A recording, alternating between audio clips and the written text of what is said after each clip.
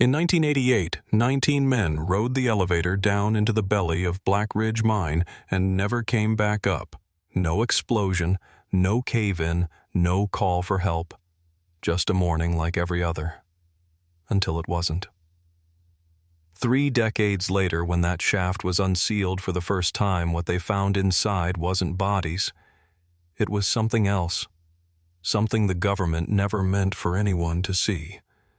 Before I go any further, let me know where you're listening from down in the comments, and if your town ever had one of those places folks just stopped talking about.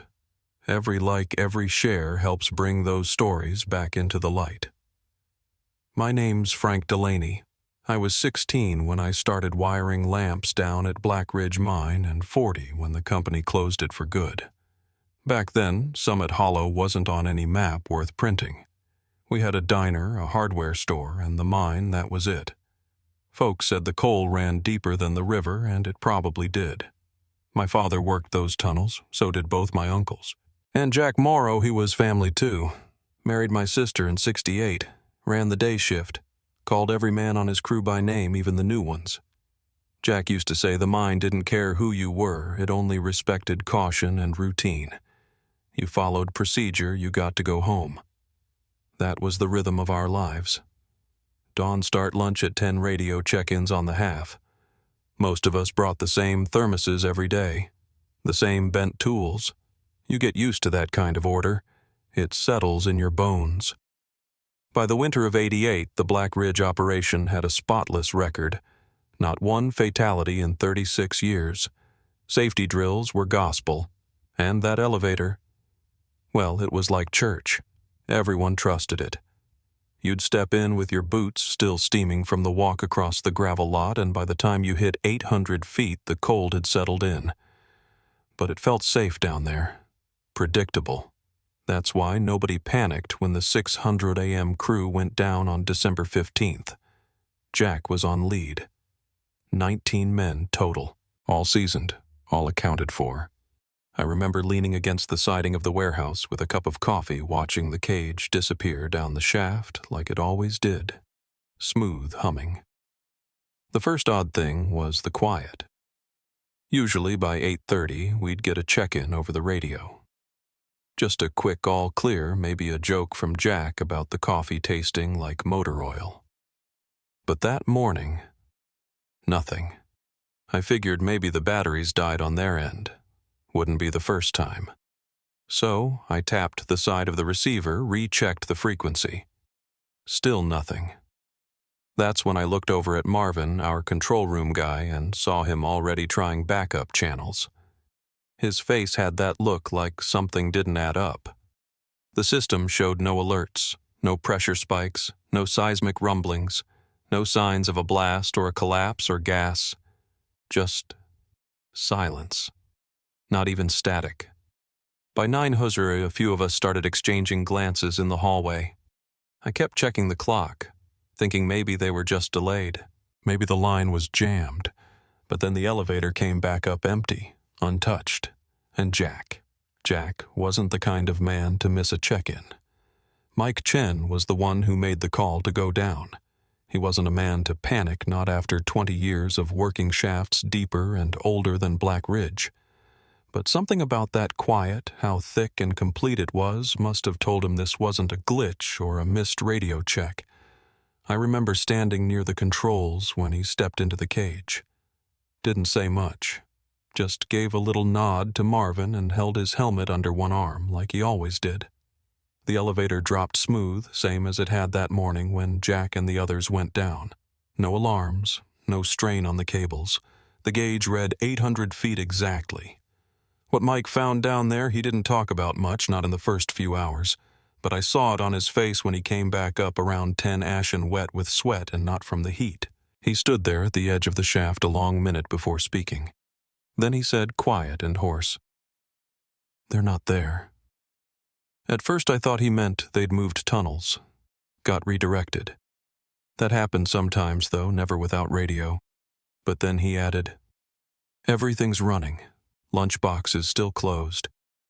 Gear's just there." That's when it hit us.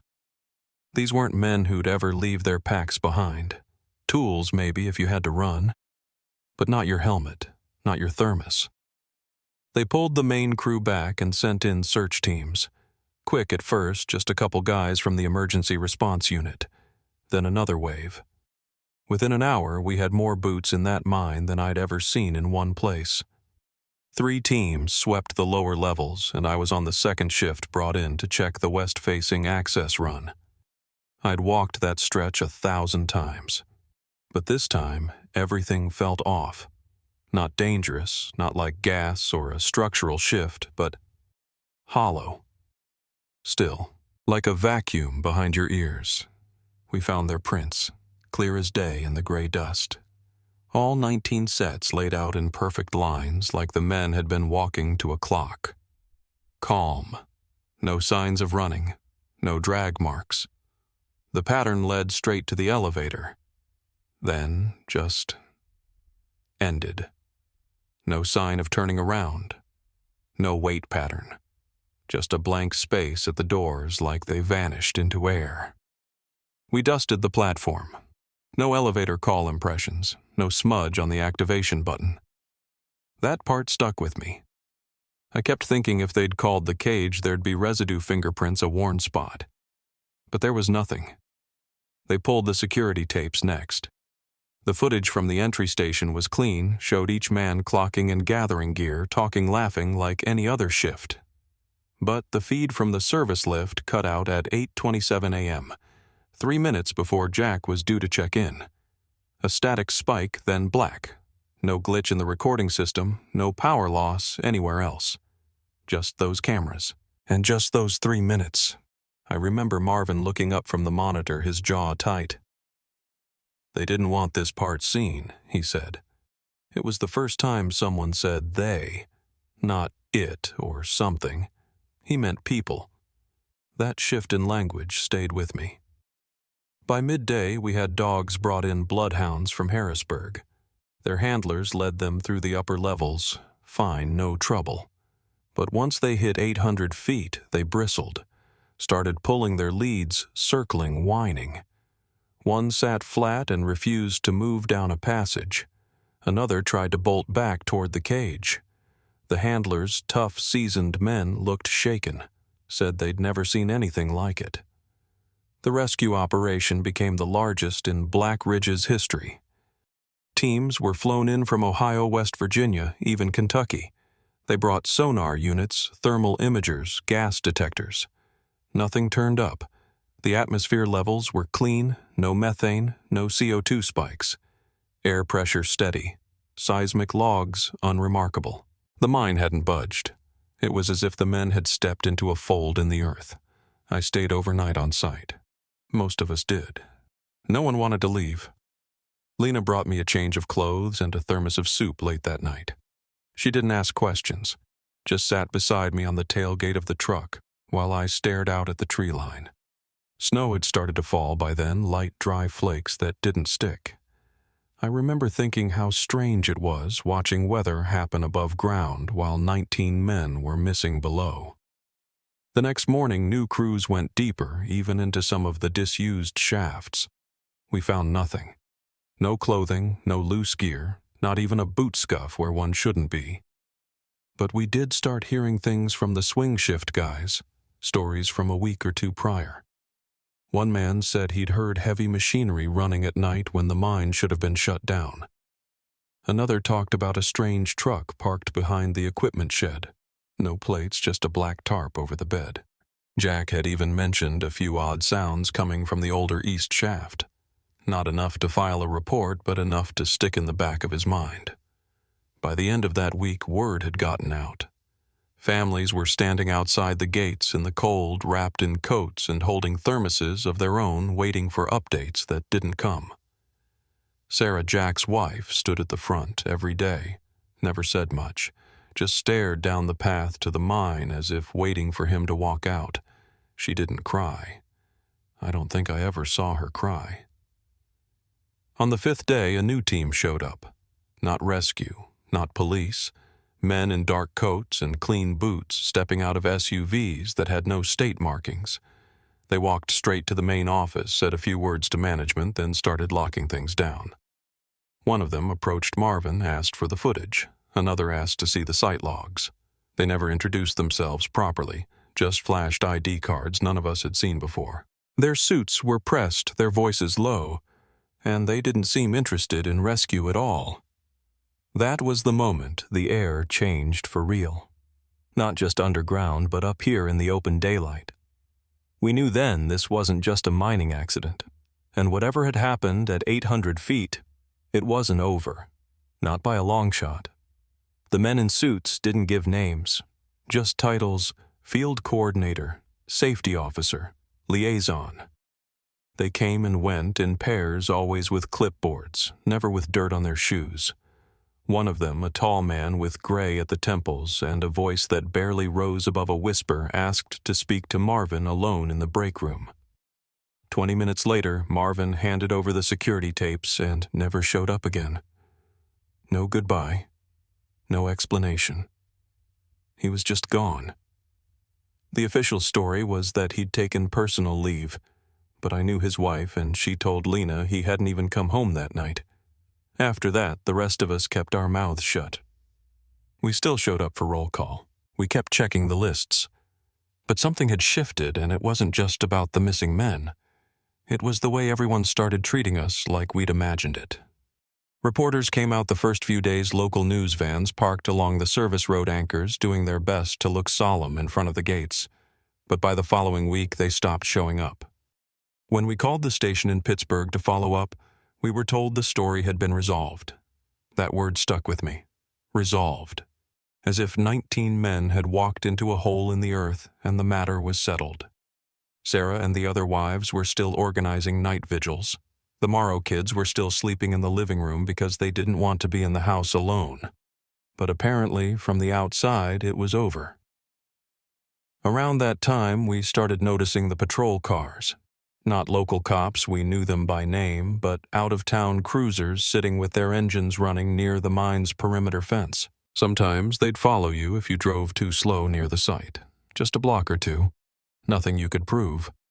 Tom Bradley's widow, June, said she found her mailbox opened 3 days in a row, not broken into, just left open, like someone wanted her to see it. We tried calling the township office about it, and they said jurisdiction had been transferred to a federal task force. No details. No contact names. The families were getting desperate. Sarah was the one who finally stepped forward. She wrote a letter and had 18 copies made, one for every family still waiting. We met in the basement of the old Lutheran church, sat on the metal folding chairs they used for funerals, and passed the letters around by hand. No one said much, just nodded. We all signed. The next morning, Sarah delivered them in person to the mayor's office and the paper in Harrisburg. Within 2 days, she got a knock at her door, not a reply. 2 men, same type as the ones who took the tapes, told her the mine was now classified as a restricted federal site. When she asked who she could contact for updates, they handed her a piece of paper with a toll-free number and a P.O. box address in Maryland. That was it. About a week later, new fencing went up. Taller, with barbed wire along the top. Cameras, too, ones that blinked red in the rain, which none of the old security ones ever did. They said it was for public safety, that the mine had been deemed structurally unsound. But we knew better. The timing was too clean. It wasn't about collapse. It was about containment. Not of danger, but of truth. I tried bringing it up with the township manager during a town hall. Stood in front of everyone and asked plain and calm why there hadn't been a single update from the investigation. Why none of the equipment left underground had been returned. Why Marvin was still gone. The manager didn't answer. Just looked down at his notes and moved on to the next question about winter road salt.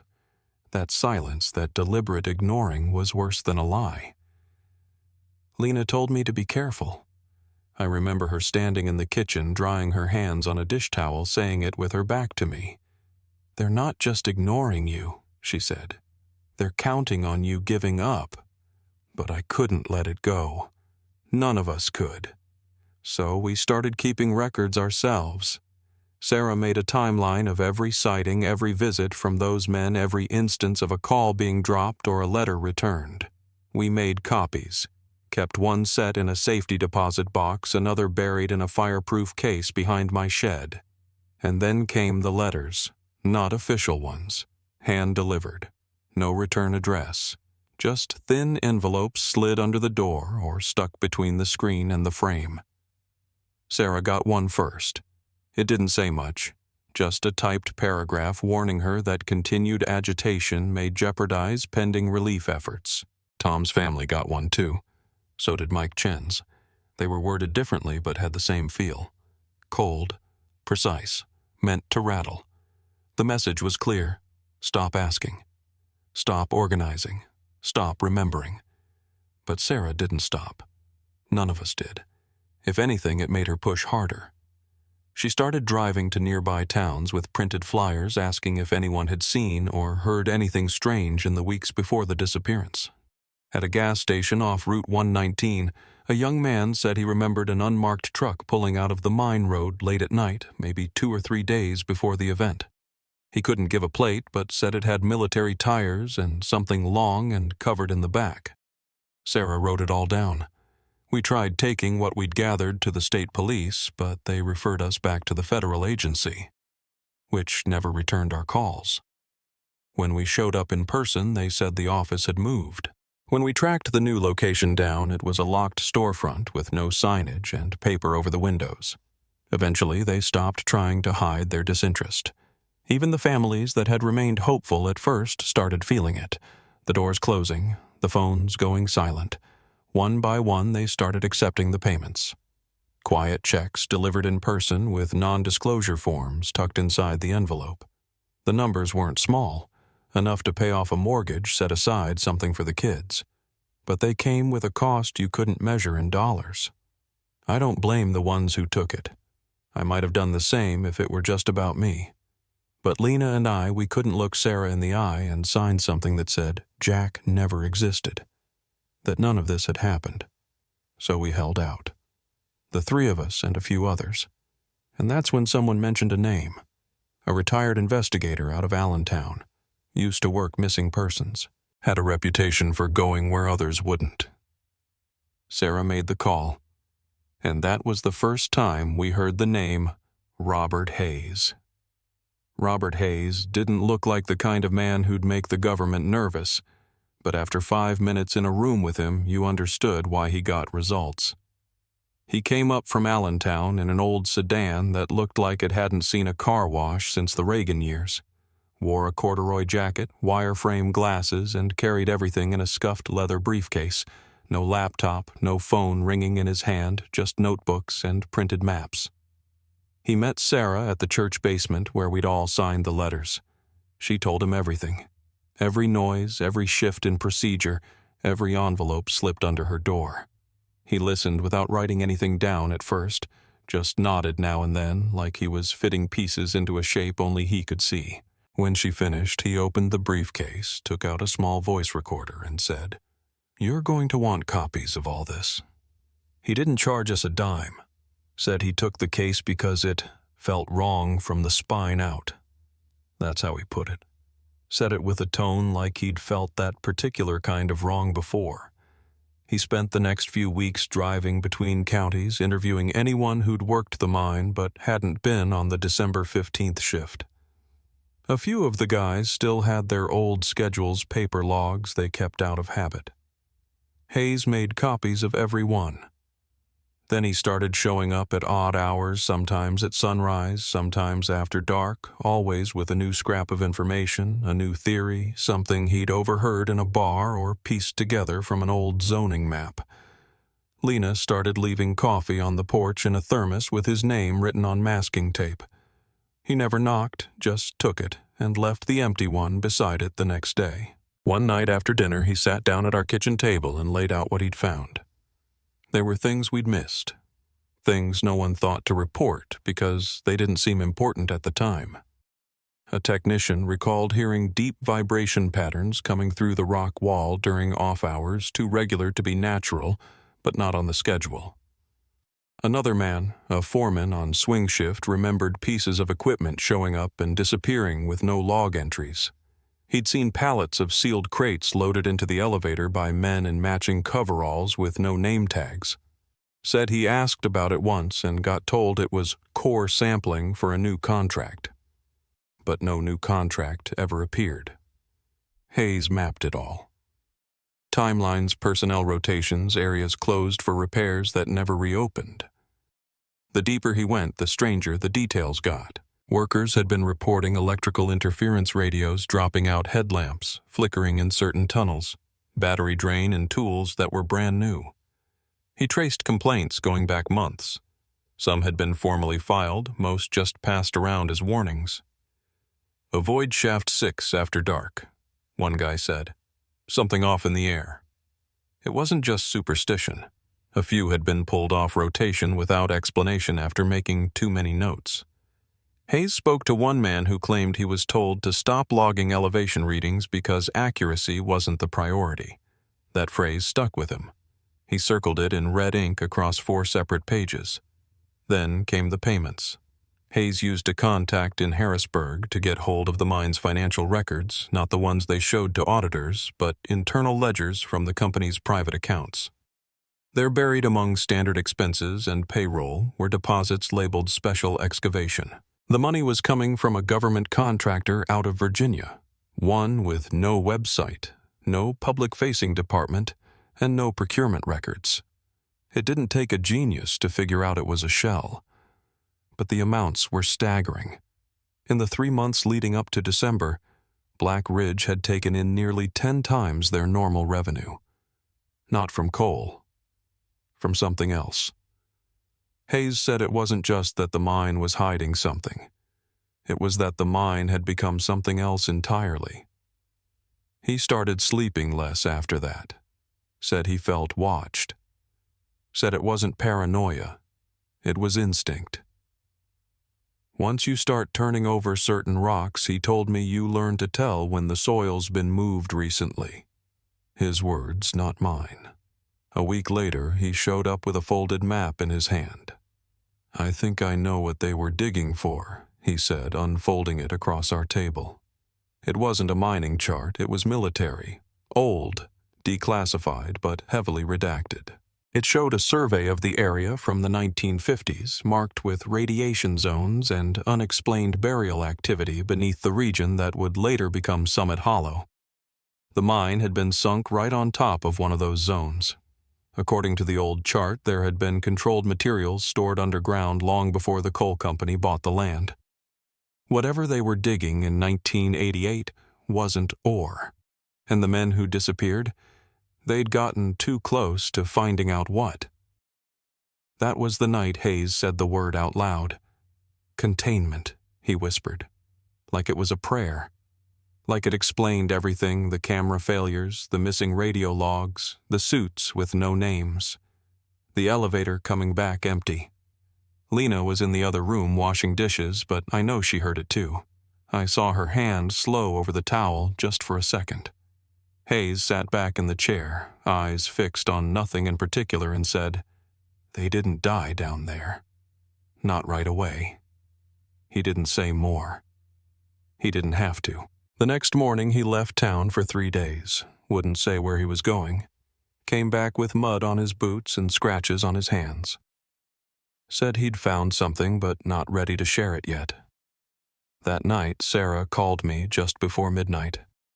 Her voice was steady, but I could hear it under the words something had changed. She'd found a torn scrap of paper inside her storm door. One corner was burned. The rest looked like it came from a maintenance manual. But written across the bottom in pen in sharp block letters were 3 words: "You're almost there." Hayes didn't say much when Sarah showed him the burned scrap. He just took it in both hands, held it up to the porch light, and gave a slow nod, like he'd already been expecting something like it. The next morning he came by with a canvas roll of tools and a copy of the mine's original layout back when it was first surveyed in the early 50s.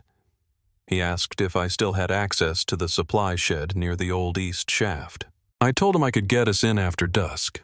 He didn't ask for more than that, just said he'd be ready. That night we slipped in through the fence where the brush came down close. Lena stayed behind with the truck engine off keys in her lap. I remember thinking how quiet it had gotten, how you could hear the distant hum of something electrical steady coming from the shaft even though power was supposed to have been shut off for decades. We moved fast through the gravel, keeping low. Hayes had mapped it all out where the guards rotated, which corners had blind spots. He didn't need to guess. He'd been watching them for weeks. Inside the shed, we used the red beam on his flashlight.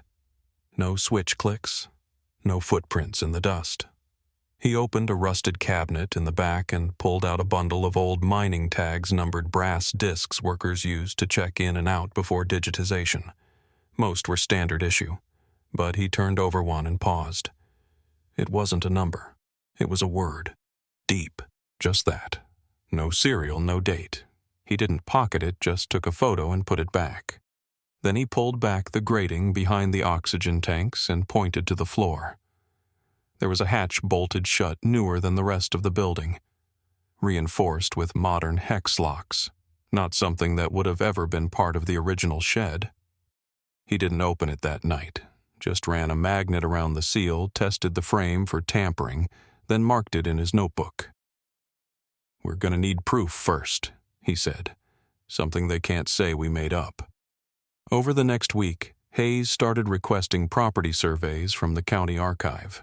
He traced soil compaction records, tracked utility easements, even found a land transfer document from 1982 listing a company that didn't match the mine's parent group. He handed it to me and tapped the address line. It wasn't even in Pennsylvania. It was in Virginia. Langley. That's when the photographs started showing up. Black and white, grainy, left in Sarah's mailbox with no postage. The first one showed a group of men standing beside an open elevator shaft, 3 of them in hard hats, the rest in suits. The next photo had no faces at all. Just a long hallway underground, lit with halogen strips and lined with metallic piping that didn't look like anything we ever used in coal ops.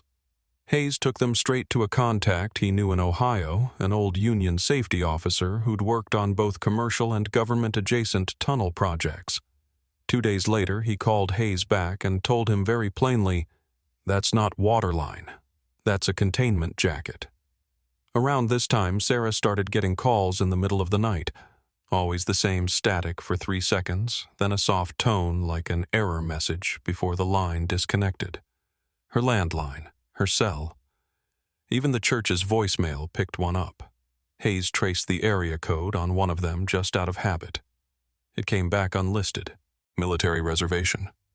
He didn't tell Sarah that part, just nodded when she asked if it could be traced and said he was working on it.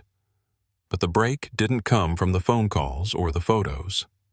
It came from a man named Warren Kerner, who showed up unannounced one morning at Sarah's porch with a folded envelope and eyes that looked like they hadn't closed in 3 nights. He'd worked maintenance at the mine for 16 years, retired in '85. Said he'd heard about what happened to the December crew and he couldn't keep quiet anymore. Hayes brought him inside, gave him tea, and let him talk. Warren said there were tunnels that weren't on the blueprints. He'd seen them himself.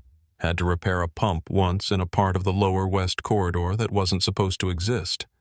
Said he was walked down blindfolded, supervised by a man who wasn't in any union he recognized. When he got there, he saw 3 things he couldn't explain. 1, a panel of blinking lights recessed into the wall that didn't match any monitoring system he'd ever seen. 2, a row of reinforced crates stamped with a serial pattern he didn't know how to read. And 3, a second elevator shaft, smaller, narrower, but clean and modern. He only saw it once. After that job, he was reassigned to surface work and told not to ask questions again. Warren handed Hayes the envelope and told him he was done talking. Inside was a single photo, age-yellowed, cracked at the edges. It showed a map hand-drawn of the mine's lower levels with a red X marked on the edge of a corridor labeled 47C. Hayes compared it to his blueprint copy. There was no 47C on the official plans. But the general location lined up with the deepest point of the east shaft, the same place Jack Morrow's team had been assigned the morning they vanished. Hayes stared at that photo for a long time. Then he looked at me and said, "You still remember how to navigate by oxygen manifold?" I nodded. He said, "Good. We're going in. This weekend." I didn't ask what we were looking for, not because I didn't want to know, but because by then I'd already started to feel it in my gut. Whatever was buried in that corridor wasn't just steel and wire. It was the reason 19 men never came back, and someone had been counting on that silence holding. But now, it was starting to crack. We waited for the rain. Hayes said it was the best time, quiet enough to cover sound, miserable enough to keep patrols in their trucks. The storm hit hard on a Friday night, loud and mean against the tin roof of my shed, and by midnight we were moving. Just the two of us. Lena kissed my forehead before I stepped out and didn't say a word. Hayes had everything packed in a canvas duffel, backup flashlights, analog tape recorder, water, and a disposable camera with fresh film. He'd shaved his beard that morning. Said he wanted a clean face if anything went wrong. I didn't ask what he meant. We took the back path through the scrub, same way we'd scouted weeks earlier. Past the old truck gate, across the overgrown drainage ditch. The mine's outer fence was rusted at the far corner near the sediment tanks, and a section had been peeled back years ago by some scrappers. We slipped through sideways and dropped into the dark. The hatch in the shed opened easier than I expected. Hayes had brought the right tools, knew where the bolts were. The metal beneath was cold and smooth, too smooth for the age of the building above it.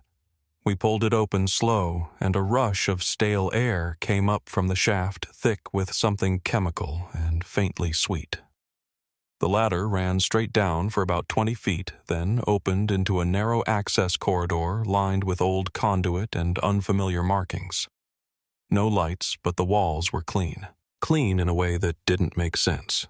Not scraped, not coated in coal residue, just bare, poured concrete with no dust.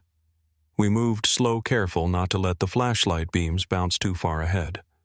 The hallway curved slightly left after 100 feet, then dropped again, this time down a set of graded stairs. At the bottom was a metal door, half ajar, with no markings, and a keypad lock mounted to the side. The lock was dark. Hayes pressed gently on the door. It creaked open. Beyond it, we found something neither of us had prepared for. Not dirt, not tunnel. A room. Rectangular, maybe 20 feet across, with a low ceiling and vented steel flooring. The walls were covered in panels, plastic, modular, and embedded with what looked like mounts for cables or racks. One corner held a work table with a clipboard still resting on top, yellowed from moisture but readable. Hayes snapped a photo before lifting it.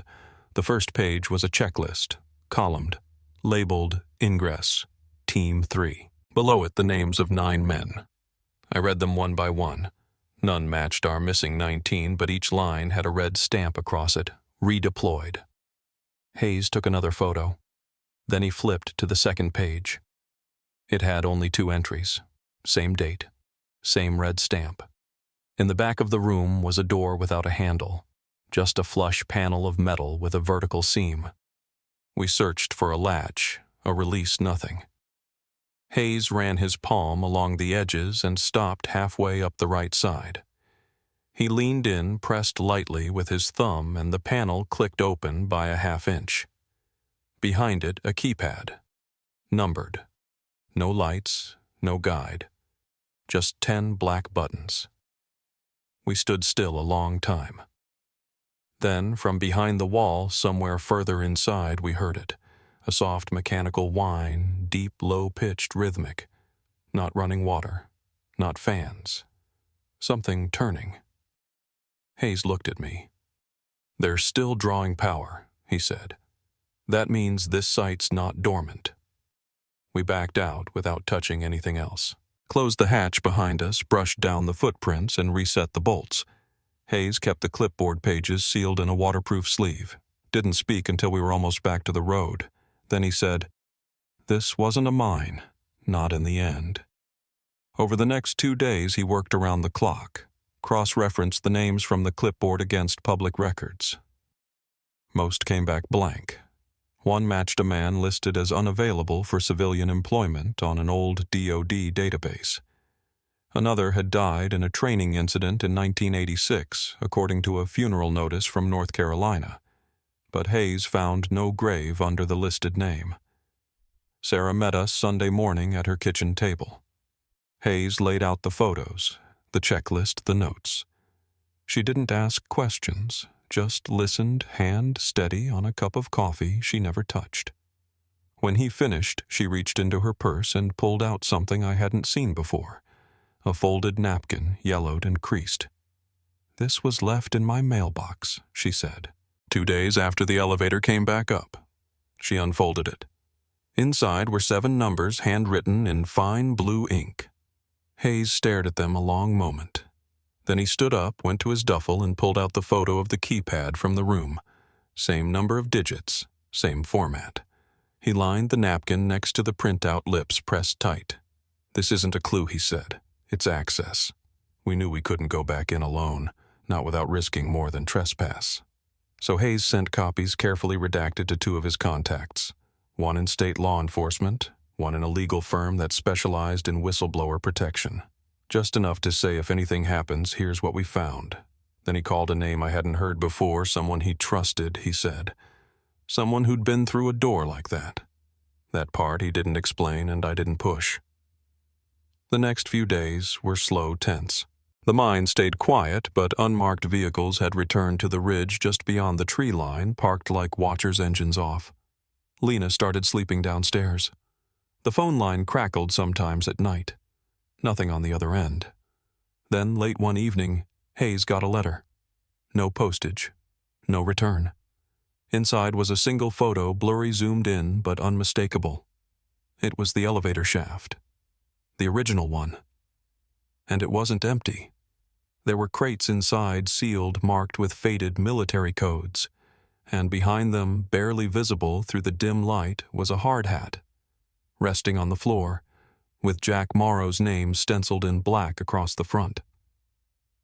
Hayes didn't speak for a long time after seeing the photo. He just sat with it under the desk lamp, his thumb brushing the corner eyes fixed on Jack's name like he was waiting for it to move. I stood behind him, arms crossed, trying not to say what we were both thinking. That picture didn't just show a sealed elevator shaft or old crates.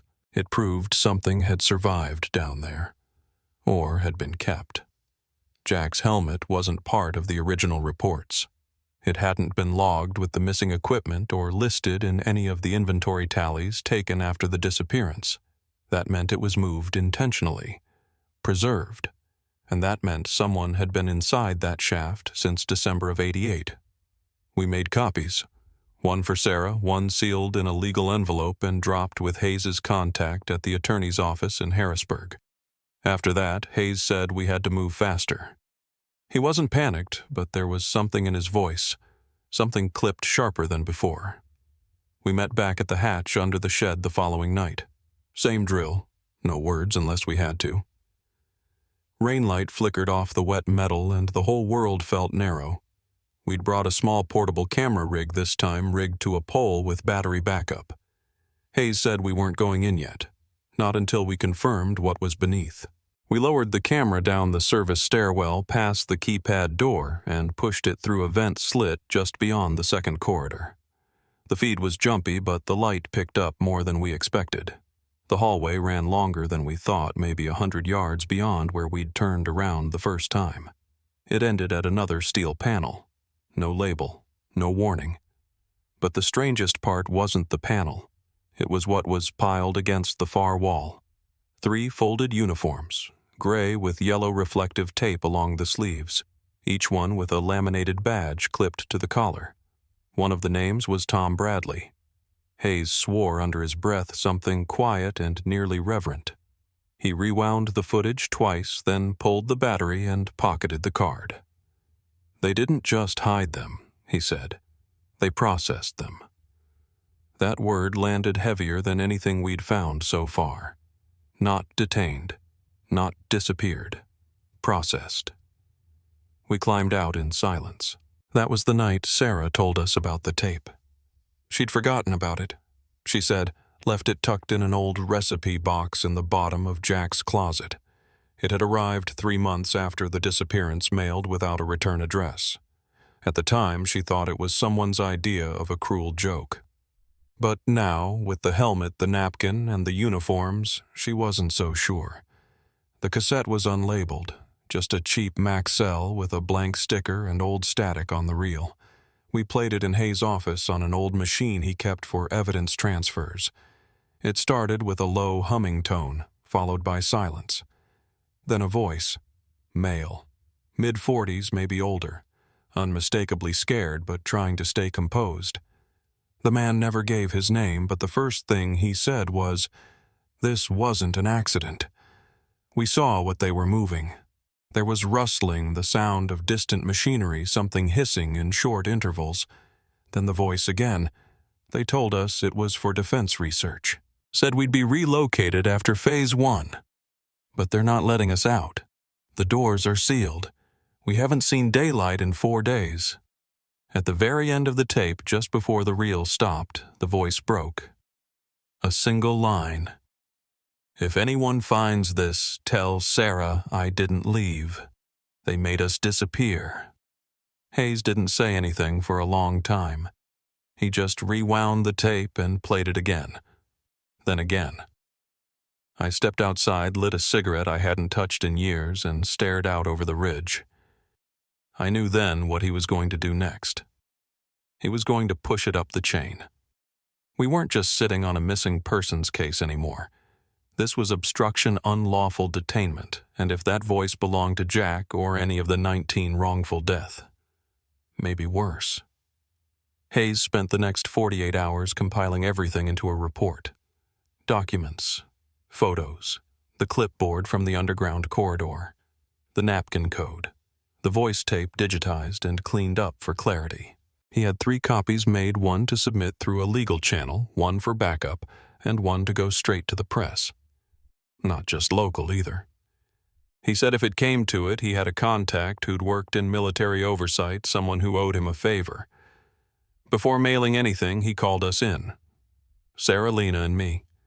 Sat us down and told us what we already knew. If we filed this, we wouldn't be anonymous anymore. They'd come knocking, maybe not officially, maybe not with badges, but someone would. Sarah nodded first. They already took everything she said. What else is left to be afraid of? Lena didn't say a word, just reached over and held my hand. I squeezed back. That was answer enough. The morning Hayes dropped off the package at the post office, we followed him in a separate car, just in case. He walked it in himself.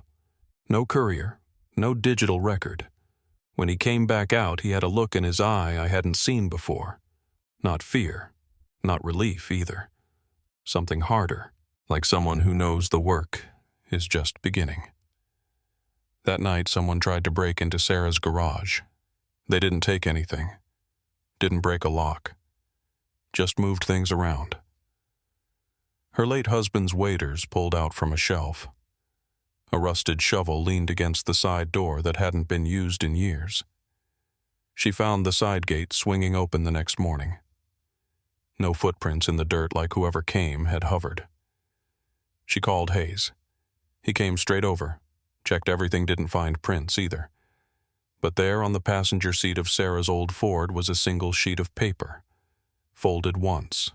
Inside, typed in block letters, "Stop now." They were never supposed to be found. Hayes took the note.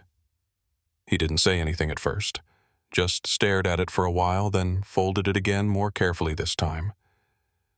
"They know," he said, "and that means we're close. Closer than they want us to be." Then he reached into his coat pocket, pulled out the napkin from weeks earlier, and held it next to the photo of the keypad. "It's time," he said. "We're going back down, and this time we're opening that second door." We waited until just after midnight. The town had long since gone quiet. No traffic, no porch lights, no noise but the low wind coming off the ridge. Sarah stayed behind this time. Hayes insisted. He told her it wasn't about bravery or stubbornness anymore. It was about keeping someone on the outside, someone who could testify. She didn't argue, just handed him the napkin again, folded flat, and nodded once.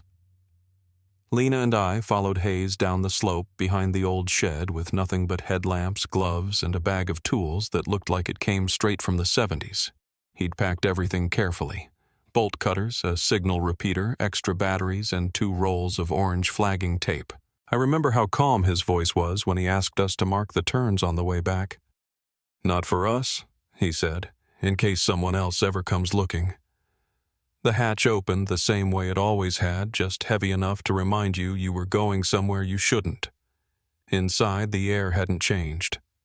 Same metallic dampness like old steel and limestone dust. We passed through the keypad hall, down the switchback stairs, through the corridor where the camera had first caught the uniforms. They were still there, still folded, still untouched. This time, Hayes didn't stop. He walked straight to the panel at the end of the hallway and pulled the napkin from his pocket. The number string matched what was etched into the side of the keypad, barely visible in the beam of the headlamp, but there. Hayes entered it slowly, pressing each number like he expected something to go wrong, but it didn't. The light on the panel clicked green and the lock released with a soft hydraulic hiss.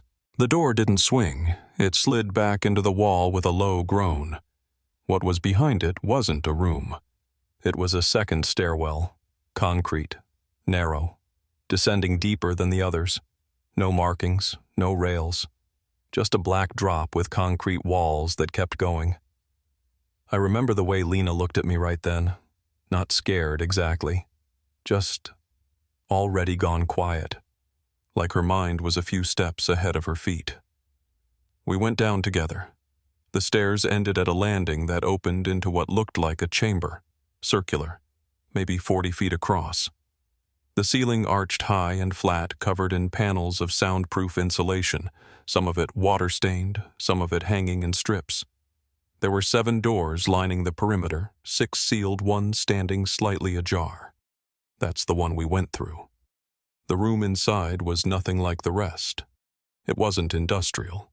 It was clinical. White tile, low-drop ceiling, a drain in the center of the floor. A single stainless steel table bolted to the middle. Along the wall sat a long cabinet, glass-fronted, holding rows of sealed folders and clear bags labeled with dates. Most of the dates were between 1987 and 1989. Hayes broke the glass with the butt of his flashlight. He told me later he knew they wouldn't come back for any of it. That whatever had been happening here, it had already run its course. We spent the next hour collecting what we could. Folders, tapes, a reel-to-reel marked Phase 2, Observation, a small cooler unit with 4 preserved slides inside each, labeled with initials that matched the original list of the missing. What hit hardest wasn't the files or the table or the smell that lingered under the bleach. It was what Lena found in the back closet. A cot, folded sheets, a child's book, The Secret Staircase, dog-eared and stained, and next to it a paper plate with a name written in black marker. Jonah. That name hadn't been on any of the logs, not in the missing persons list, not on the roster from the security detail Hayes had pulled from the archives. Just the name, no last initial. Just Jonah. He took a photo. Didn't touch anything. Said we'd have to check every case from that region, every undocumented child who might have gone missing around that time. Before we left, Hayes opened one of the other doors. Just a crack, enough to see what was inside. The room was empty except for dozens of blank beds, bunk-style military cots, clean, all facing the same direction. No personal items, no markings, but each bed had a clip at the head like you'd use for a tag or a chart. He closed the door and didn't open another one after that. We got out without incident. No sirens, no cameras, no one waiting at the top of the hatch. But it didn't feel like relief. It felt unfinished. The kind of unfinished that follows you back up the ridge and into your car and doesn't say a word the whole drive home. We stored everything in a locked unit Hayes rented under a false name. He said we'd need help cross-referencing the names. Not just law enforcement journalists, archivists, people with reach. and he was going to call someone. Someone he hadn't talked to in years. We didn't ask who. That night I couldn't sleep. Around 3 a.m. I stepped outside just to feel air that hadn't passed through concrete walls. The sky was overcast. The trees were still. And there, at the end of my gravel driveway, was something taped to my mailbox. Another note. Same typeface. Same folded edge. I opened it under the porch light. Just 5 words. All caps, no punctuation. Do not open the last door. I didn't tell anyone about the note at first. Not Hayes, not Lena. I just sat with it.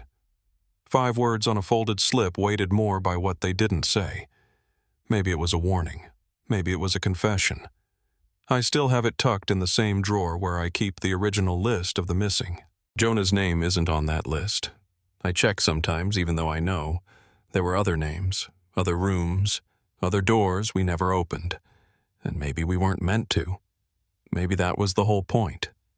Hayes turned everything over to the agency he'd once walked away from. He said the timing had finally caught up to the evidence. A few months later, I heard he retired again, quietly this time. Lena went back to her job, but not the same way. She's still working search and analysis, but only on cold cases now. The ones that don't get news coverage. The ones nobody's waiting to solve. I think she's chasing ghosts on purpose. And I understand why. The basement facility was sealed. Not publicly, not officially, but sealed. Satellite maps were updated. Access points were reinforced. Whatever happened down there won't be excavated anytime soon. And maybe that's mercy in its own strange way. We did manage to ID 4 of the individuals listed in the original set of files. 2 were quietly buried decades ago under different names. 1 was relocated overseas under a federal protection clause that predates the usual protocols. And one showed up at a hospital in Arizona last year, malnourished, nonverbal, tattooed with a symbol no one could trace. Lena flew out to meet with him. She said his eyes tracked her the whole time she sat across from him. But he never spoke, just held a children's book in his lap the entire visit. It wasn't The Secret Staircase, but it was the same publisher, same era, same smell, she said. As for me, I still dream about the hallway, the folding uniforms, the door that hissed open like it was glad to see us. Some part of me knows that what we found wasn't a resolution. It was a perimeter, and we just happened to step over it. You don't come away from something like that clean. You come away altered, but not broken. There's a quote someone etched into a bathroom wall at the old ranger station near the edge of the ridge. I noticed it once on a late-night hike. It said, "Don't be the last one to forget. That's all. No initials, no date." I think about it more than I probably should. Because forgetting for some people was survival, and for others it was done to them. Erased, buried, replaced with something easier to stomach. If you've stayed with me through this story, thank you. For listening. For not turning away. These names, these clues, they only matter if someone remembers them. So if this stayed with you, maybe share it. Say a name out loud. Write it down. Let it sit on your tongue for a minute before it fades. Because silence helped keep those doors closed for a long, long time. And maybe now that's finally starting to change.